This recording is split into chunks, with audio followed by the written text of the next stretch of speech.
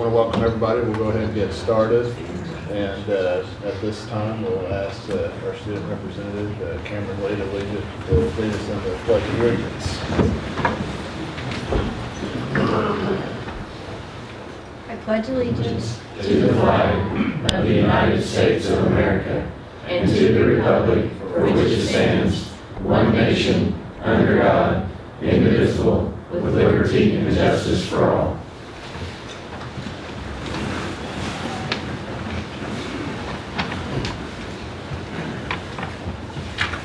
Thank you.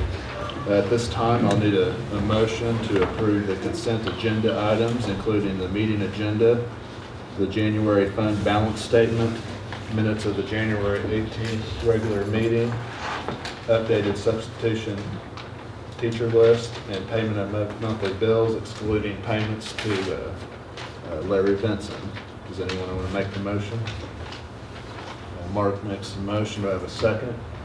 Michael seconds. All those in favor? Carries 7-0. Next, I need a motion to approve payments to Larry Benson. Does anyone want to make that motion? Vernon makes the motion. Do I have a second?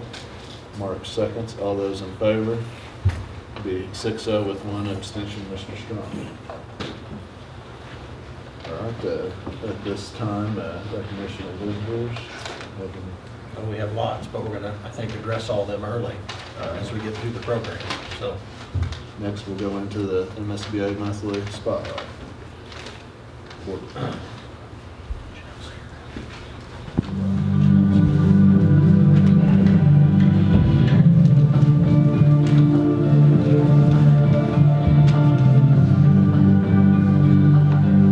Hello, everyone, and welcome to the Missouri School Boards Association's board report for the month of February.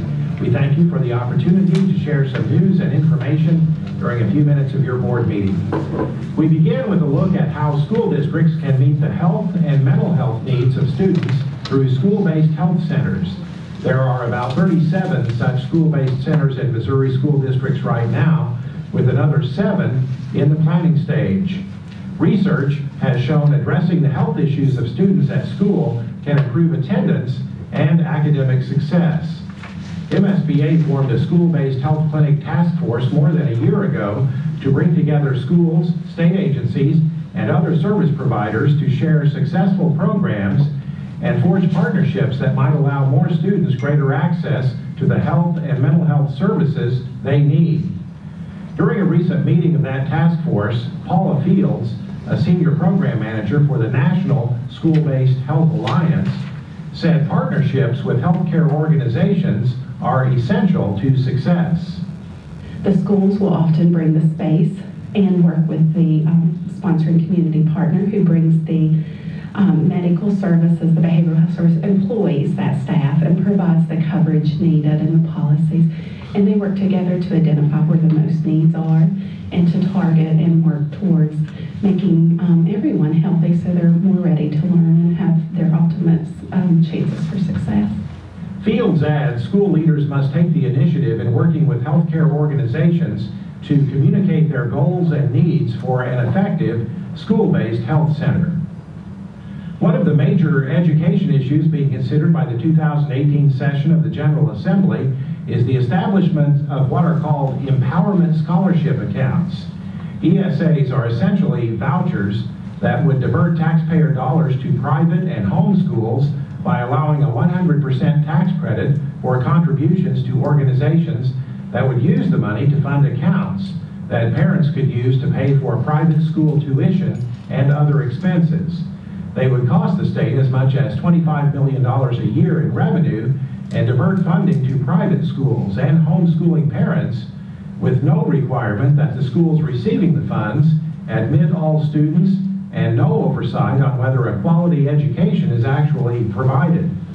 One of the ESA bills under consideration this year is Senate Bill 612. At a recent hearing on that bill before the Senate Government Reform Committee, MSBA President Jan Meese said the proposal is nothing more than a voucher scheme in disguise. Embedded in Article 9, Section 1A of the Missouri Constitution is the promise to establish and fund public education.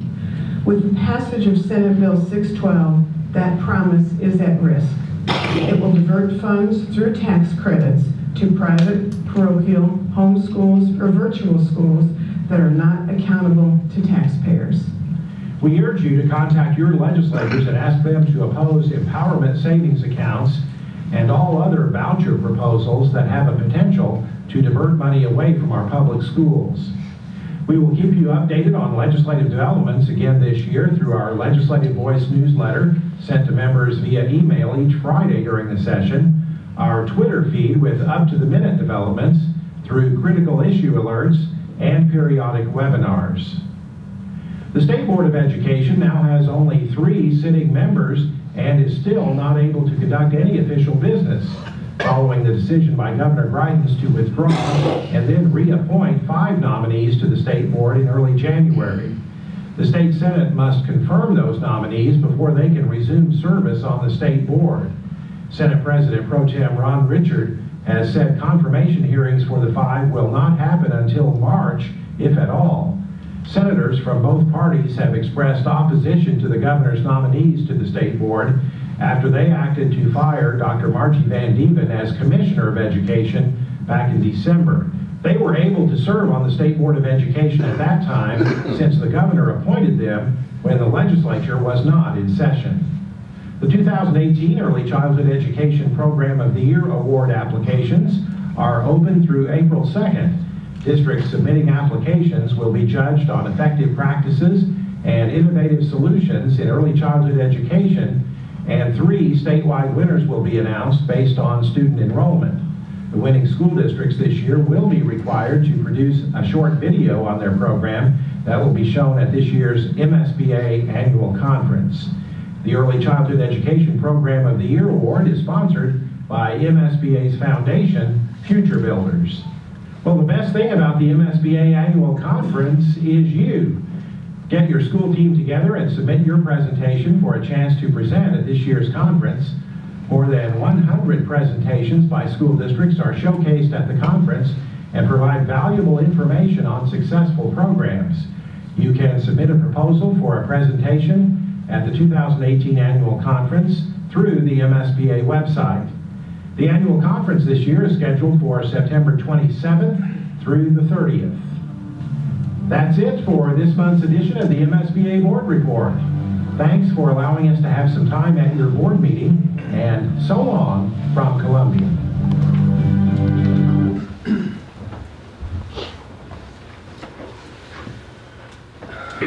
A couple other just brief communications. We received last week some complimentary reports from some basketball officials that were here. Those reports were thanking Coach Mallow and Mr. Sawyer. Got a pretty highly contested game a week and a half ago with Mountain View Liberty. The officials had a chance to write a complimentary report, and they wrote that and wanted to thank Coach Sawyer or Mr. Sawyer and Coach Mallow for their the way they handled themselves during the game, and just the overall atmosphere. So we also got a thank you card from Ozark Action. Just wanted to thank us for our continued support and partnership with Ozark Action. So just wanted to communicate those with you. We got a couple thank you cards for some flowers for some family members that we sent flowers to. All right, thank you. Next we'll do the Ava Board Spotlight. So we have 2 different groups. The first group is our Ava Police Department and our Douglas County Sheriff's Department. Chief Johnson, would you and Sheriff DeGase come up just for a second? We have lots of officers here tonight. I just want to talk about these 2 for just a second. Since the day I walked into the district, I think we met early. I mean, I maybe been here a week.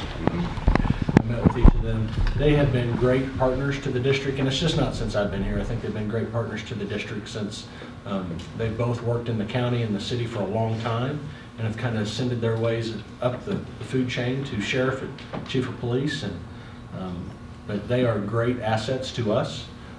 We don't have to ask for anything. They are here when we call them. It's a race to see who gets here first. we appreciate them. We had a great conversation this morning. Hopefully we're going to have some big news in the next month or so, a partnership between the three organizations. We'll share that when we get a little closer. But I just want to thank them, their departments, their bosses as well, for allowing them the flexibility to be partners with us at school. They never say no. They always say, yeah, we'll figure it out. We do our active shooter training. They organize that. They partnered with the person we brought in. Just great assets to our community and great assets to the school district. So I just want to thank you. And officers want to come up, and I'm going to take some pictures.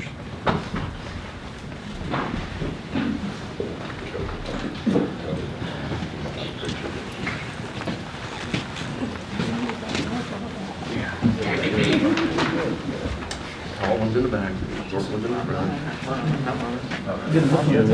No, I'm over here by BR. Someone, congratulations. Thank you. Appreciate it. Thank you.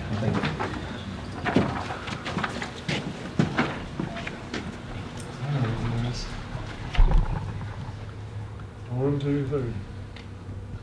All right, got you. Thank you.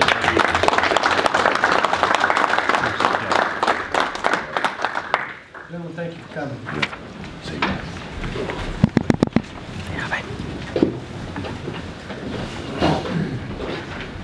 You certainly are welcome to stay, but you sure don't have to. Thank you very much. All right.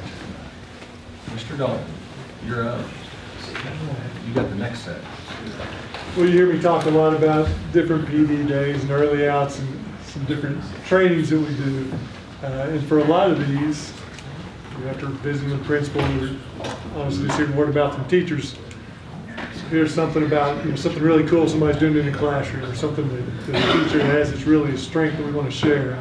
So I wanted to recognize some teachers from the district this year that we've asked to, they've had to put in some extra time and make some preparations and shared some trainings and practices they're using in the classroom with the rest of the district. After our last PD day, we could recognize every teacher in the district.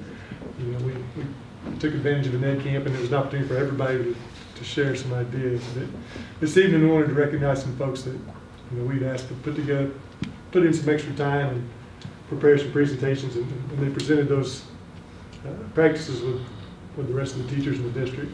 So I've got several here that I'm going to name. Had a lot that couldn't be here tonight. We had events rescheduled, and kids' ball games and things like that. But Miss Laura Walker, I know she had shared a session with our new teachers at the start of the year. Miss Erin Bassett, I know she couldn't be here. Always does willing to do some Google training, some technology training with staff. April Britt shared some whole brain teaching ideas at our fall PD day, I believe. Dr. Hall immediately saw teachers utilizing some of those ideas in the classroom. Ms. Buffy Strong helped with that presentation. She is using some of those ideas as well. Mr. Wes Davis shared it in one of our sessions. I think his was comedic relief. I think he shared one of those fall PD days. Ms. Brooke Melton, see Ms. Brooke. And then I'm going to recognize my two that were able to make it here this evening. Ms. Janelle Embry. She helped. We had a large group come in with some Google training just here a few weeks ago, and Ms. Janelle helped put together a training for that. And then Mr. Zach Hamby was able to be with us this evening. Always does sessions with student engagement. Shares a lot of good ideas, get a lot of positive feedback from teachers setting on his sessions. So we want to recognize those teachers and thank them for the time they put in to do that. Come on, let's get pictures of you guys.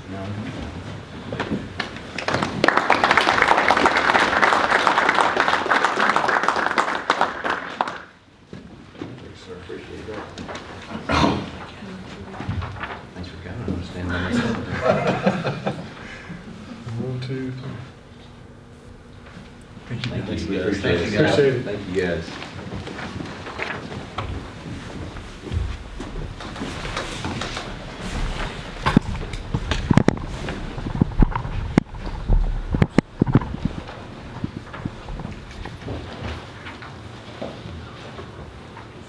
All right, next we'll go into principal and director's reports, and we'll start with Dr. Hall in elementary. Well, this has worked out well because each of you guys are here. We had Food for America Tuesday. They invited over the elementary and the middle school. And so they just had different stations, let our kids rotate through. I heard great things from kids and from teachers. I know we saw dairy cattle, goats, beef cattle, Farm Bureau was there. Fertilizer trucks and tractors. It was a great experience for kids. Goats and rabbits. Goats are very gross animals, by the way. We had a good time and learned a lot. Hopefully we do it again. We enjoyed having you guys. We had 700 kids come through there, and they all had ice cream, and we had a great time. Well, thank you. Next, we'll have middle school principal, Mrs. Swadesh. We were excited on February 13th. Our 7th graders had a chance to attend a Go to Work, a career exploration program that was through Missouri State University in Springfield. They paid for our transportation. Our students had an opportunity to travel to Mountain Grove to the Missouri Extension Office and look at non-traditional careers. They had a great time. We had 110 students attend and wanted to thank Ms. Melton and our 7th grade teachers for taking them. It was awesome. Thank you. Next, we'll have high school principal, Dr. Nash. We have started the scheduling process for next year. Students took a survey over the last couple of weeks to tell us what classes that they would like to take.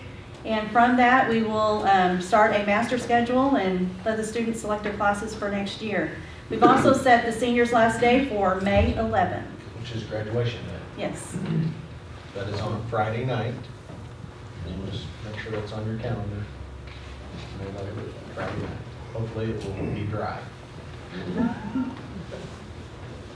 Thank you. Next, we'll have Special Services Director, Mrs. Swafford. I'm just going to thank teachers from kindergarten through 8th grade. We meet once a month and do student support meetings where we talk about students that are struggling academically and or behaviorally and what we can do to assist those kids. And Mrs. Swadesh and Dr. Hall, they take time out of they take their planned time or after school. And this last month we talked about 21 kids and what we can do to help them, and I appreciate the teachers taking that time. Thank you. Next, we'll have Maintenance Director. He is not here, so Mrs. Avon's here. Okay. I don't have anything. How are things going? Huh? We've had an issue with a piece or two of equipment, but I think we have everything running. Yes, everything's, well, almost. Yeah. Our dishwasher is in process. Got the part ordered. Yeah, I appreciate that. Thank you. All right. Thank you. And Mrs. Primer's not here. Okay. All right, we'll go into Executive Administration reports. Dr. Dial. Several things to share. Last month, I talked about a scholarship, not a new scholarship, but a scholarship that's been formed for high school kids. And so I've decided I'm going to try to start highlighting some of these each month. So the one I want to talk about this month is Michael Blakey Scholarship. It was originated by Helen Blakey, his mother. The first scholarship was given to Sarah Key now, in 1994. So that scholarship we've had a long time. So we've had it 24 years, I guess. This will be the 24th year. It's given every year to the top senior math student graduating from Ava High School. She's passionate about it. And she comes and gives that scholarship. She actually hands the certificate to the student, and we process the check through the school district. But very nice lady. I talked to her on the phone today. We had a great conversation, probably a 15-minute conversation. She talked about her son and talked about how important it was to continue to help. So we're thrilled to get to talk to her and get to highlight her today. So talk about another one next month. Just think, the more we can highlight those people in our community that help our kids, they deserve that. And they don't expect it, but they deserve it. So, State Board of Education update. They gave you a little bit. Probably didn't give you the whole story there. I sit on the Commissioner's Advisory Council, so it's kind of interesting since we really don't have a commissioner. We have an interim commissioner, but Dr. Dorson's doing a great job. We do not expect to have a Commissioner of Education full-time anytime soon. does not look like the Senate is going to confirm enough members, even if they have hearings in March. We have a couple senators that are going to filibuster that. So the governor would then have to pass, or not pass, would have to reappoint 5 members in June. But Senator Emery has proposed a bill, and it's got some traction, that limits the powers of any appointee before they are confirmed. They would not be able to vote. They could sit on the board, but they would not be able to vote on personnel issues. So if that passes, and with an emergency clause, if it didn't pass with an emergency clause, it would go into effect August 28th, which would, the governor could appoint 5 members and they could hire somebody prior to that. If it passes with an emergency clause, and they do it in enough time to override the governor's veto before session ends, there's a lot of moving parts there, it would go into effect immediately. We do not believe the governor will sign it. They did talk about Senate Bill 612. It got defeated, or actually didn't get defeated, didn't get voted on. It got withdrawn and put back on the informal calendar. I listened to a 3 or 4 hour debate on it Tuesday. Today's Thursday, Tuesday afternoon. Senator Jill Sheep out of St. Louis filibustered that bill. Koenig was the senator that proposed it. He finally just pulled it and gave up. So we'll see what happens. 612 was the $25 million voucher scheme, that's what they were calling it.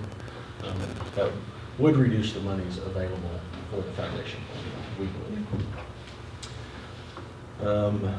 Good news, and you've read about this in the paper, because I know we've had quite a bit in the paper about it, but September 23rd through September 30th, and that seems like a long time, so I don't know if those dates are exactly right. The Vietnam's Veteran Memorial Wall will be in Ava.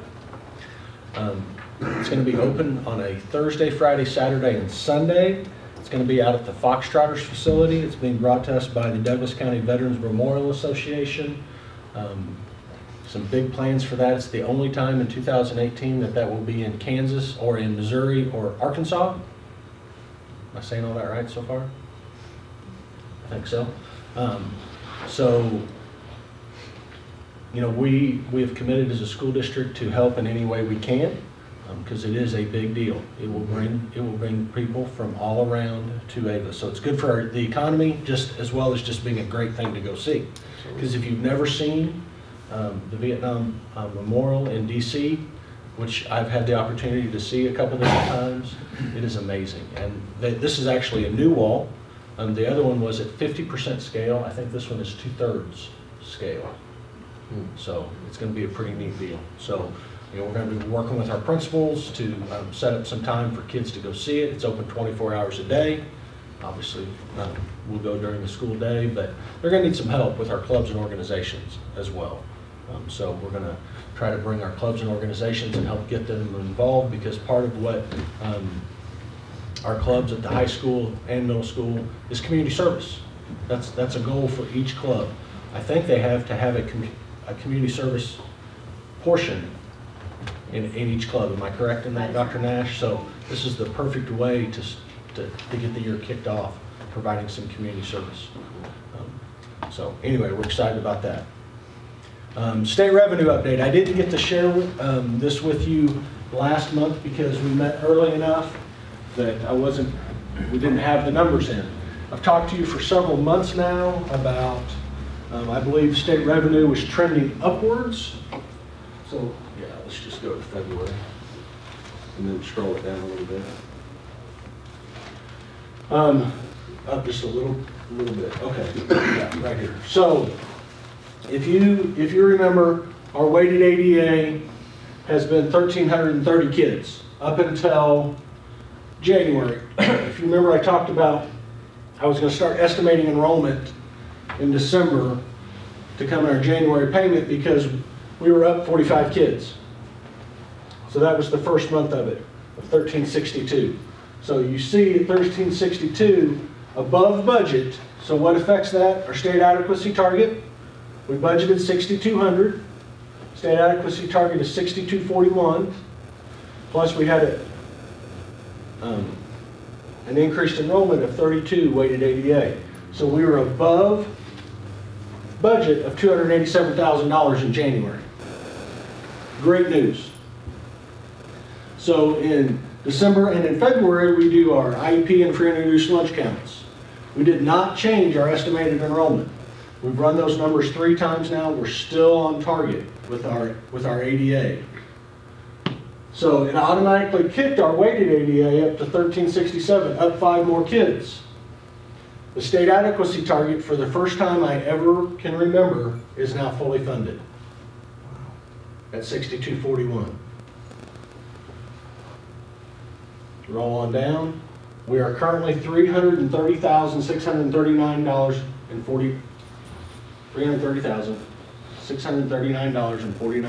above budget revenue. We haven't got all that money. So it's important to know stuff can happen from the state. So I don't anticipate our state adequacy target moving. My conversations with Dr. Dorson, who's also in charge of finance, he's not only the commissioner now, he's also in charge of finance for DESE. He would not have moved it to 6241 if he didn't think it was sustainable. So I can't tell you what's going to happen next year at this point because we don't have a budget passed.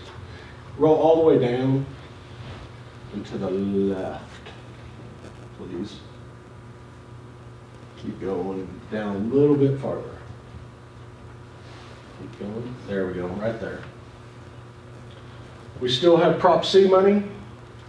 They still, this is from budget, they still owe us $275,000 in Prop C, which is 1% sales tax. Transportation funding, we've talked about that. They've cut it again. We're under budget. I don't think we'll hit this 51,000 because we're generating about 10,000 a month for that. But we fully understand transportation dollars. We only budgeted 110,000. It doesn't fund transportation. It wouldn't, because it's not been fully funded since 1994. We're still owed 1.8 million in the foundation formula as well. So we still have a little north of $2 million to come in order to fully fund. I anticipate that happening, but again, it's February, so we still have several months to get through. But right now, I couldn't be happier. Actually, when I did this Monday, I was a little nervous. I double-checked myself several times to be sure that I had that number correct, because it just makes you nervous, you know, when you show you're that far above budget. But I think, you know, things that have helped us, projecting enrollment. We've done that 2 years in a row now. We do budget low, we budget conservative, and we show our expenses high because we don't want to miss, and we don't want to end up in a bind. So hopefully things continue to go well, and we'll keep a smile on our face all spring. So that's all I have, sir. All right, thank you. Mr. Dalton? I did want to recognize Miss Carla. Typically on our PD days, Miss BJ, now we prepare granola bars and donuts and those kinds of things, typically for breakfast. Miss Carla and a couple ladies came in, and it was a brutal day, as I recall. They made pancakes for, ended up about 150 people. I know the teachers were excited about that morning, so I wanted to thank her. We appreciate that. Just updates on a couple of things that we've talked about. Follow up on where we are with dyslexia training, reading intervention that we know for next year we have to have in place. We got those guidelines at the end of December. We had those last month when we had our meeting. We talked about those. So since then, we've had a committee together, researched several programs that are out there, reading programs. We would purchase the Barton system that we've got actually being implemented right now. And some different, we've got some intervention time built in today. We've got some after-school tutors doing some reading interventions with students there. Able to get a pilot on another program to supplement that. And then we've split off into some smaller subcommittees. We've got one group working on basically parent packets, information sheets that we'll be able to hand out next year. We found some examples that we liked, and they've taken that and just run with it. We're excited about what that's going to look like. We've got a group researching some additional screeners. State mandates that for next year we will have to screen every student in grades K through 3. We're going to do every student grade K through 4, and we're looking at some supplemental screeners. What you see is there will be students that still will slip through the cracks on those screeners, and there'll be signs that as they get older, different developmental levels. So we're just looking at some additional screeners that we might be able to use to help identify areas of weakness for students to be able to address those needs and help them get to read at grade level. And our other group is researching what our process is going to look like, just guidelines on exactly what that's going to look like for us here at AVA. There's a state mandate, hey, here's the minimum. We're going to outline what that process is going to look like for us. Again, we'll have students we catch in the initial screen. There will be students that we identify later on, and that's kind of what we're trying to outline there. So I wanted to update everyone on what that process looks like and where we're at. Hoping maybe next month to have the members from those committees be able to come in and kind of share where we're at that time. Something else that Dr. Dial and I are kind of following, I think we first sat in on a conversation with this maybe back this fall. There's a group of schools in the state of Missouri looking at basically an alternative to our guidelines for testing. A lot of MAP testing as it's currently constituted, just, there's some real benefits to that for school districts. There's some things that are frustrating. We take those tests, and you'll have teachers here that will nod. We take those tests at the end of the year. It'd be great if we had those results really soon so we could make adjustments for the previous year or for the following year. Instead, what happens, we get those sometimes in November, sometimes or not at all. We're always given an initial date, and then months after that is a lot of times how that works. By that time, you've mapped out plans, you're headed down a path, and our teachers do a great job of making adjustments when we get that back and see what that information looks like. It's just not ideal. So what has happened, there are a group of schools in the state of Missouri that are exploring, we don't get a waiver from that particular requirement and develop an assessment, a different process. More timely. More timely, getting the feedback. And more than once a year. So the idea being, and the logic is what we're interested in, and to me it makes sense, but we're going to have a smaller, we'll spend days and days with what we do right now. Hey, here's an initial assessment just to see where our kids are at. What they're discussing is, then we're going to have a follow-up assessment. So one, you do that initial one with immediate feedback. Here's where our kids are. Here's what they're really great at. Here's where they struggle. We can make adjustments. Then you're doing these assessments. You do one later in the year, and we can see the improvement that they have made. Right now, the way we're currently being assessed, it's just harder to measure that from one year to the next. So what we're wanting to do, we're wanting to stay in the discussion. We're not ready to commit to anything. We are wanting to stay in the discussion. Dr. Dial knows more about the driving forces behind this. I know some superintendents he knows. So MASA developed a consortium, a testing consortium, really, and to make recommendations to DESE as we move forward out of MSIP 5.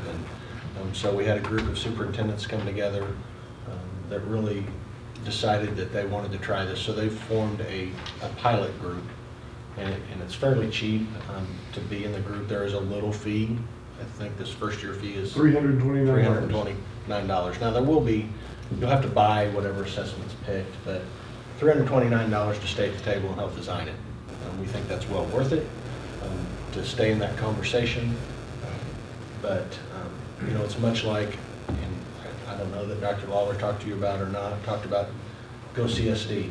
It was $1 a kid to be at the table and start talking about what Greater Ozarks Cooperating School District looked like. You know, Ava was one of the first 20 at the table.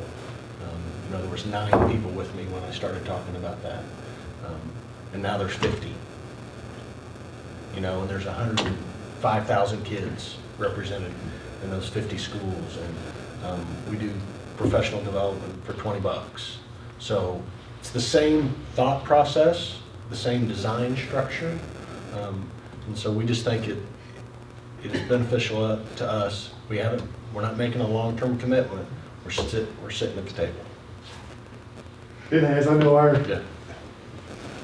understanding and our comfort level with it has evolved. And I'll sit in one session and boy, I think, man, that's the best idea I've ever heard. And we'll hear it next time, and I'm not sure, but at this point, we're going to stay at the table. We want to sit at the table to be involved in the discussion. So, thank you. Next, we'll go into action items, and we'll start with library media program review. Well, I first want to talk a little bit about our librarians. Wendy Thompson's elementary librarian, Linda Klaus is middle school, and Julie Taylor takes care of high school. You can tell they put together a very extensive program review. Every book is numbered, nonfiction and fiction. I'm going to go over just some of the highlights of the program review. At the elementary, they've gone from using centers in their classes to having like a maker space. So when kids come in, kids have an opportunity to code and do science activities and language arts and math. And that gives our kids a great opportunity to tie everything together. In the middle school, Ms. Klaus has done a lot with the Truman and Mark Twain readers. Those are book clubs. We take kids on a trip if they read so many of them. Currently, we have 62 students that are qualifying. That's a high number. They have to read 12 books in order to go on that trip. And then at the high school, something that they're doing different this year is they have the Bears Cafe reading class. They offer an elective credit for students who enjoy reading. And the students are required to read a nonfiction book, and then they choose what they would like. And they have 17 students enrolled, so we're pretty excited about that. They all seem to share the same concern in all 3 libraries. One is they would love to have more space. More space would give them opportunities to provide more hands-on and do some things like that. And then they all find it a little bit difficult to juggle their librarian duties with some extra things that they're doing. But that's it. Thank you. Thank you. So we need a motion and vote to approve the library program review. Vernon makes the motion. Mark seconds. Any discussion? Hearing none, all those in favor? Carries 7-0. Next, we'll have the vocational program review. So I've got the vocational program review, and as you can see, it's kind of an extensive report. There's 24 pages to that, so I'll kind of hit the highlights to it. This is a survey that was given to students and parents and community people, and also some board member representatives, and to teachers and parents as well.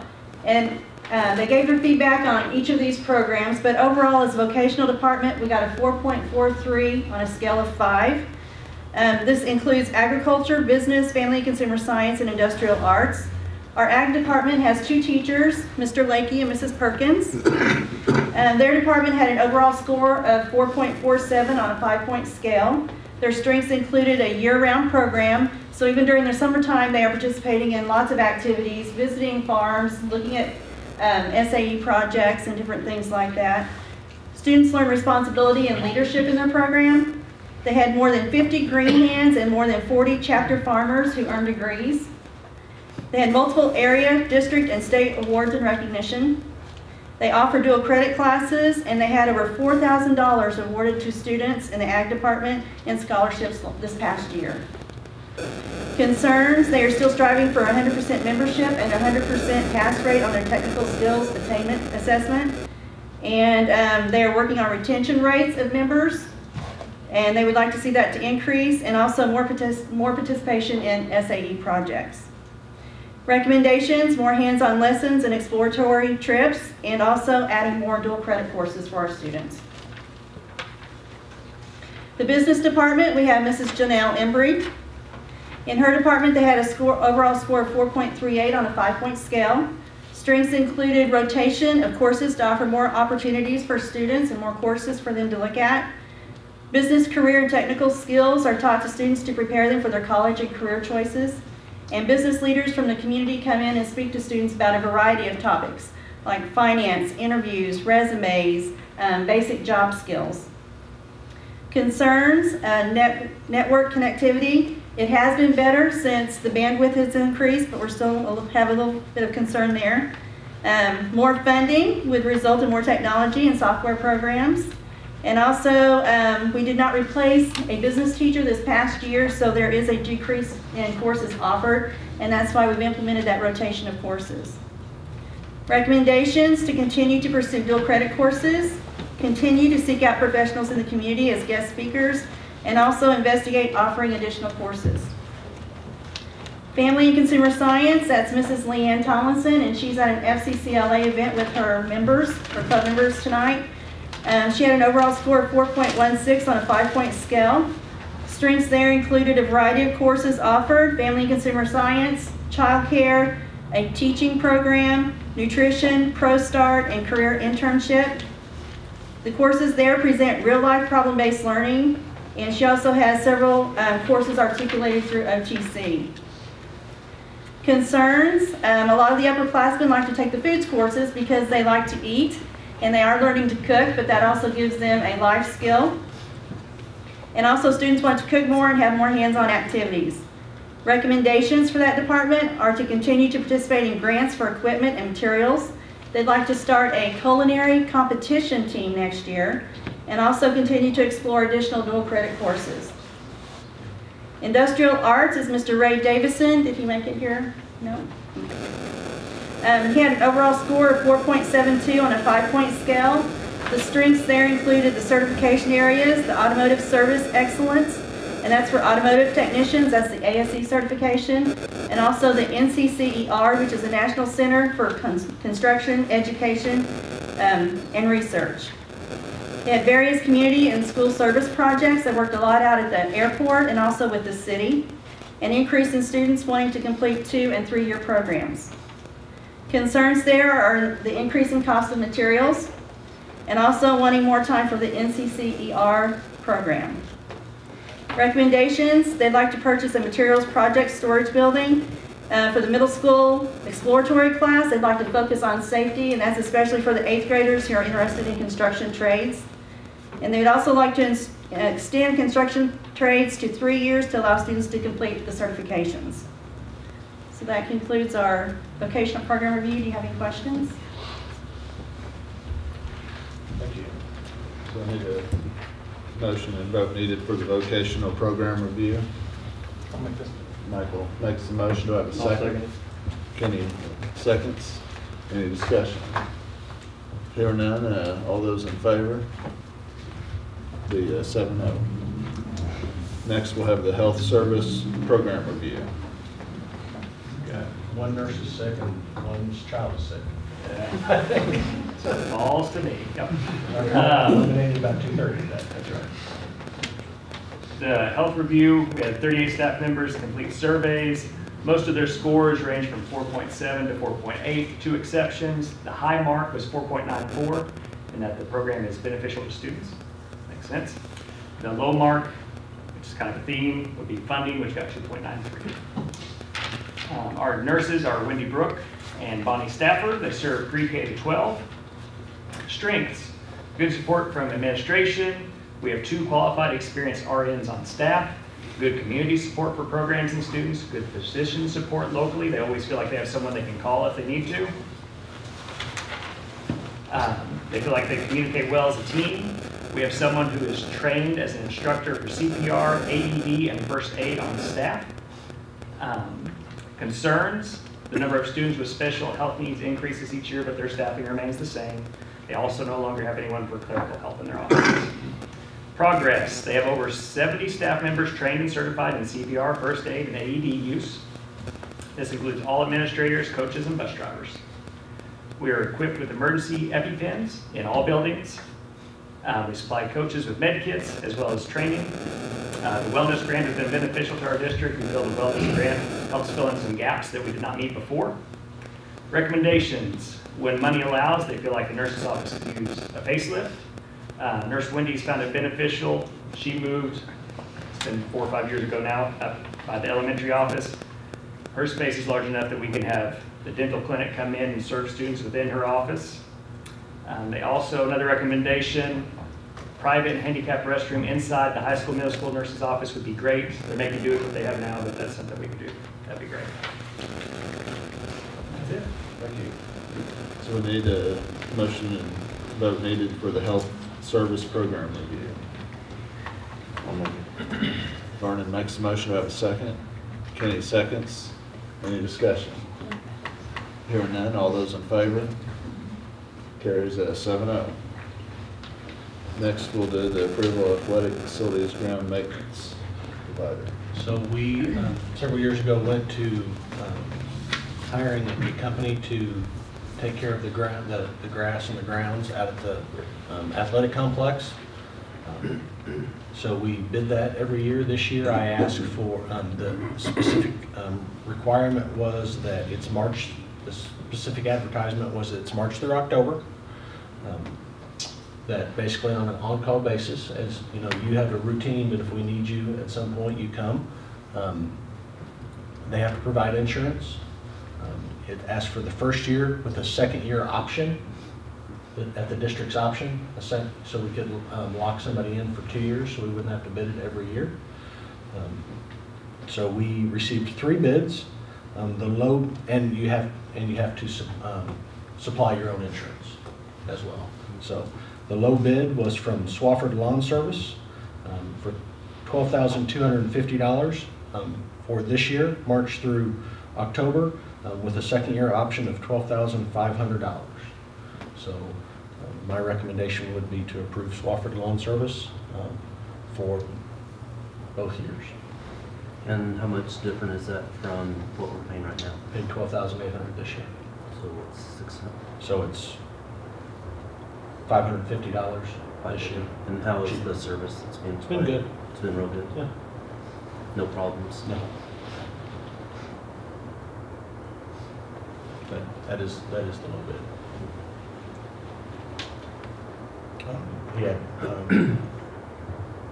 Obviously we haven't used Swafford. They provide the references. They do Foxtrotters and several other large businesses in town. And those were good.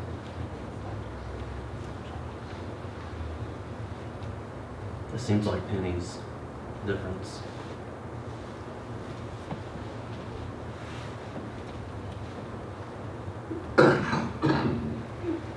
We have a recommendation. Do we have a motion? I'll make that. I have a motion. I'll second. To approve Swafford Lawn Service for 2 years for the athletic facilities ground. So Vernon made the motion. Michael seconds. Any other discussion? Hearing none, all those in favor? Carries 7-0. Next, we'll have the school calendar for 2018-19. All right. I'm going to take you through the process that we used with the school calendar selection for this coming school year. Maybe a little different than kind of what that's looked like in the past. I think we've always had a committee before. Based on some feedback, we had put together 4 calendars. All of them a little bit different. Just based on, again, feedback that we hear from staff, parents throughout the course of the year. We met with the committee and representatives from each building, presented what those different calendars look like.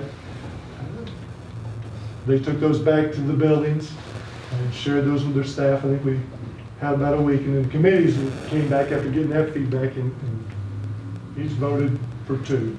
And then what we did, once we had it into 2 calendars, we sent that out to the entire staff to vote on. Dr. Dial and I looked at, hey, we're happy with any of the 4, but we decided it really doesn't, we're here anyway, so. Yeah.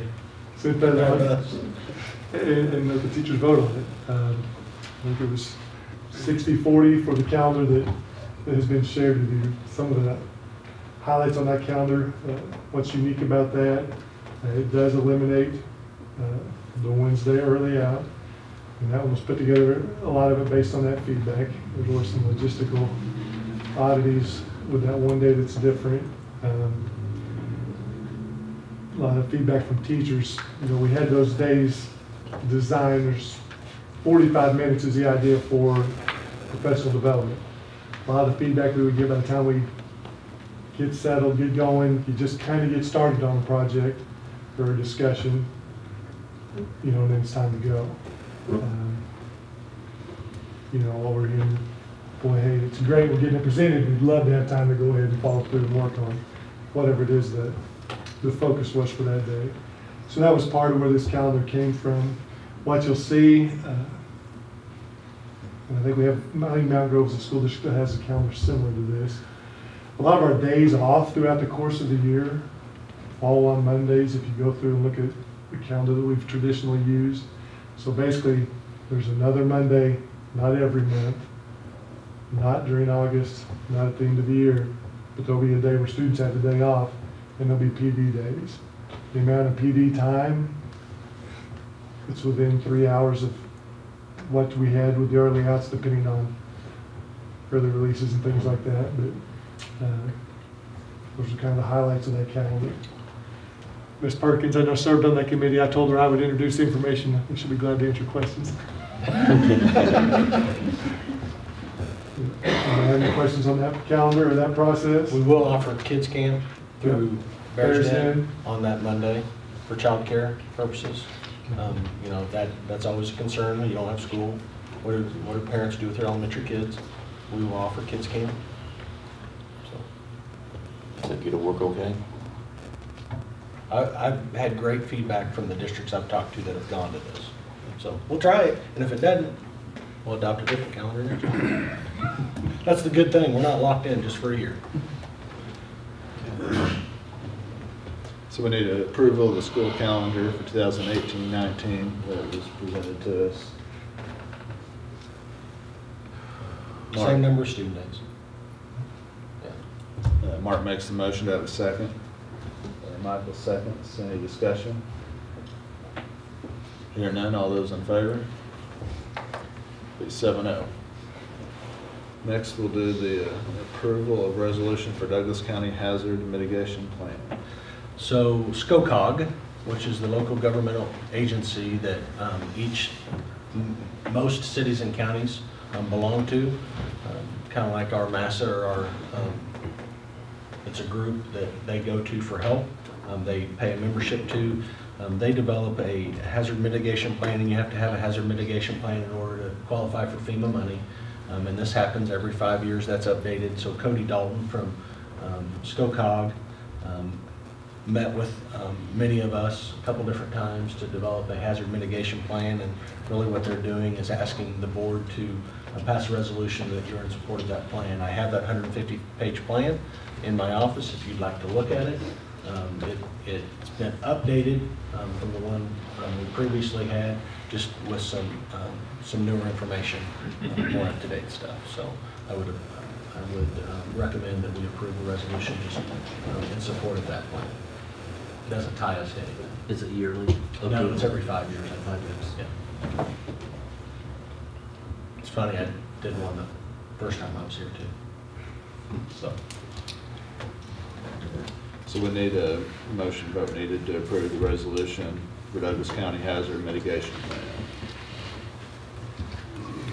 Can you make some motion to have a second? Vernon seconds. Any discussion? Hearing none. All those in favor? Carries 7-0. Next, we'll have approval of sale for bus route number 7.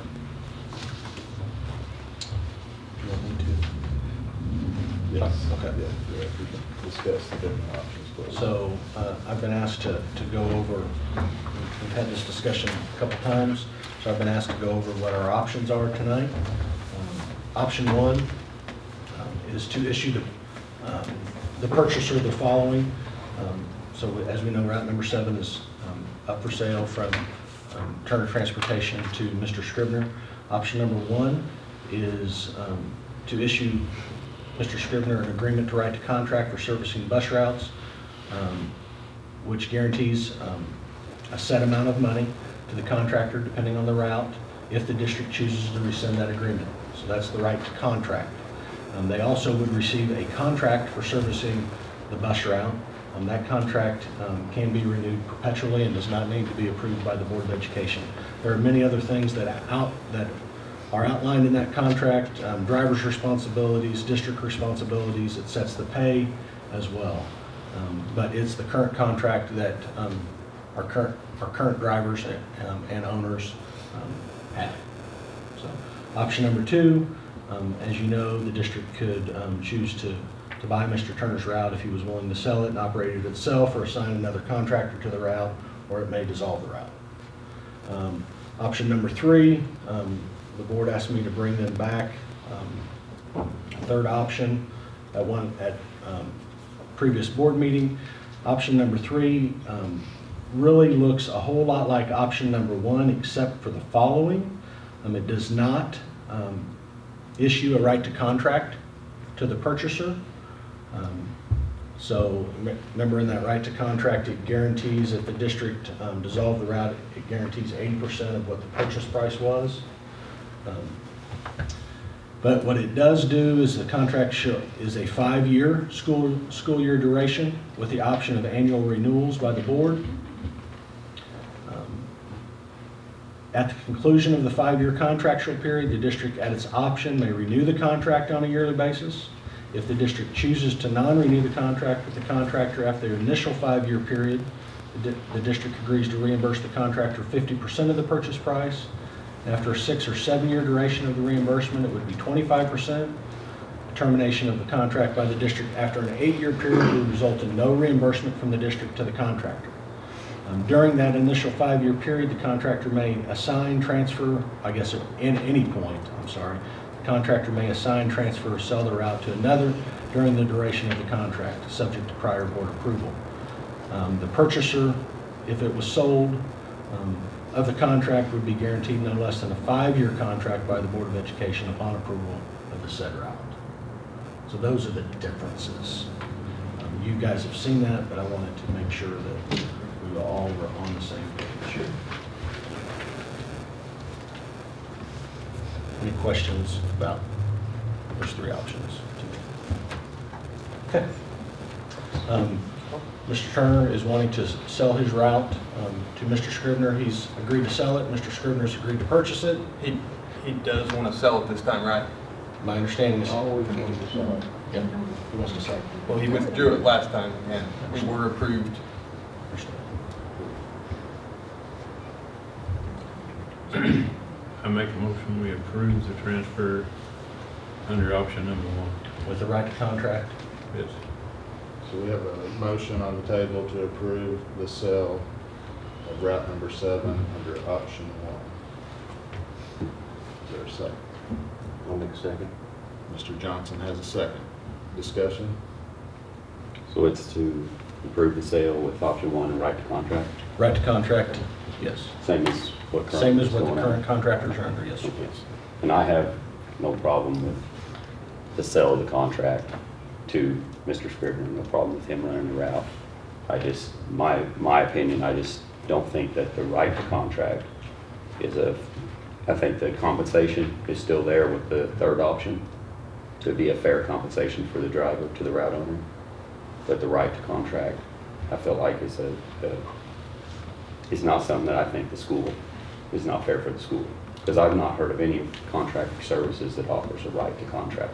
I would agree with that. I don't know of anything like this in contracts. I've never heard of anything that is operating that's this the way.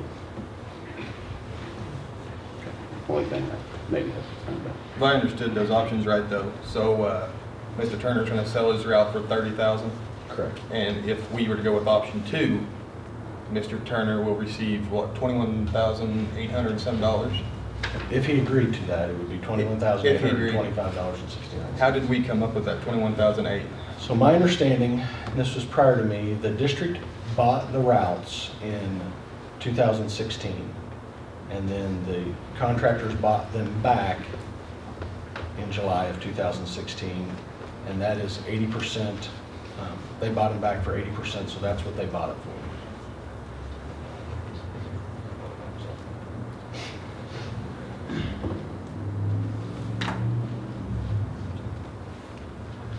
he is in a legal binding contract with us, his contract is good through Mr. May. Turner's? Mr. Turner's contract is good through May, right? Mr. Turner's contract is perpetual.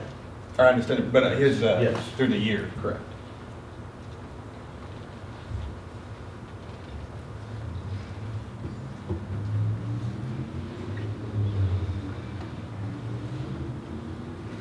I don't agree with this whole rights to contract. I feel it's very unfair to the school. Mind you, these drivers that bought these contracts from the school years ago. Excuse me, to leave.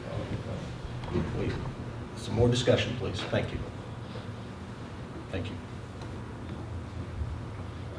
You have a motion, a second.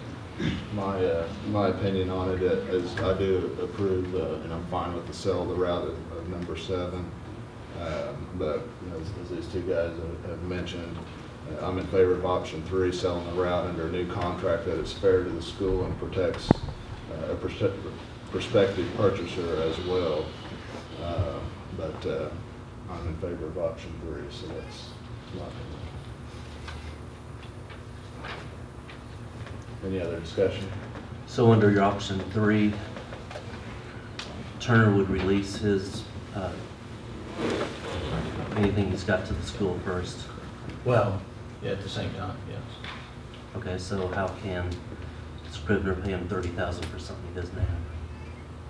Because he would buy the rights, and then we would contract with Tommy under option 3. I've just heard of other contractor services where they do sell routes, such as milk routes, feed routes, things like that, and other forms. But I don't think there's ever been a right to contract where the company, or in this case the school, has to buy that route back or that contract back. That's just what I don't think I've ever heard of that. That's the only reason I have an issue with that. And that's the only part. I don't have a problem with them selling it, with Mr. Scrivener running it, and the compensation that's in it. I think that's fair to them. As you say, right to contract was something that I've not ever heard of, except for in this case, in any contract for services, or any other contract for services that the school gets into either.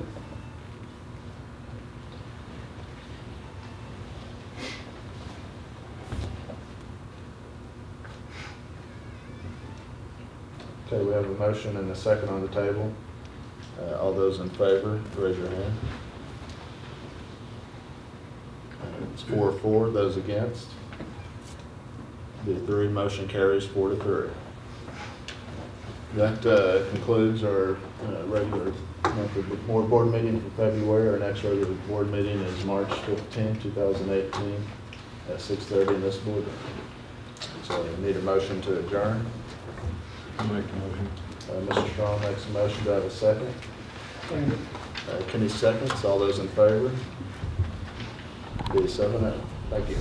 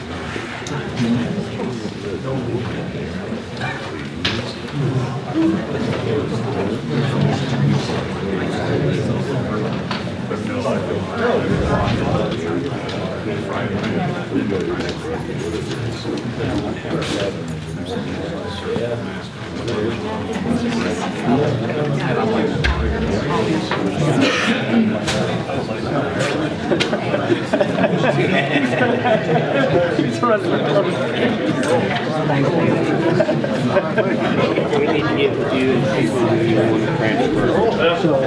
Congratulations or my sympathy, one or two.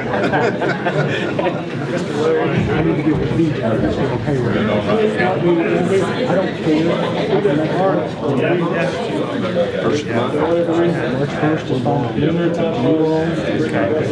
I'll be down. Let's get together next week. Okay. Sounds like a plan. And I'll go through it. Okay. Hey, thank you.